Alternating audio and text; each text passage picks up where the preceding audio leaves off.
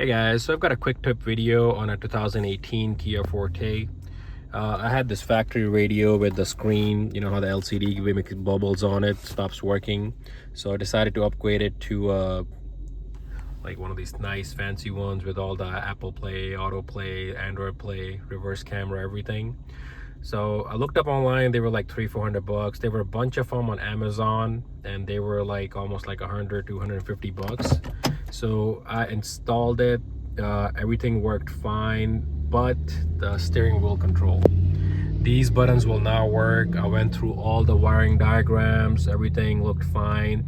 Then I'm like, maybe it's a defective, what do you call, defective unit. Check the wiring and everything, did not see any problems. So I was like, let me order another one. Same thing.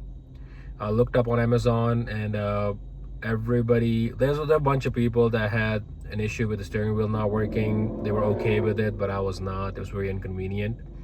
Then a third time I ordered again, and I specially put in there that I need something with SWC, steering wheel control, and it said it works. The review said it works. Ordered it, and same thing again. Then I just decided I'm not gonna deal with it.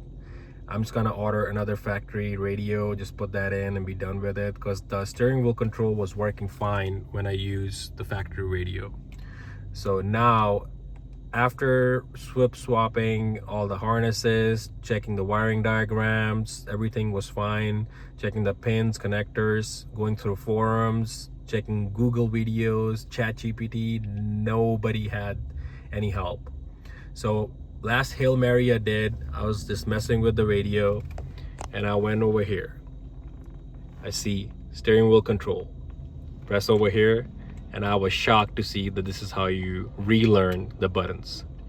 So very simple procedure. You press start first, then whatever button you want to set. For example, you want to do the mute button, press and hold mute, let it go.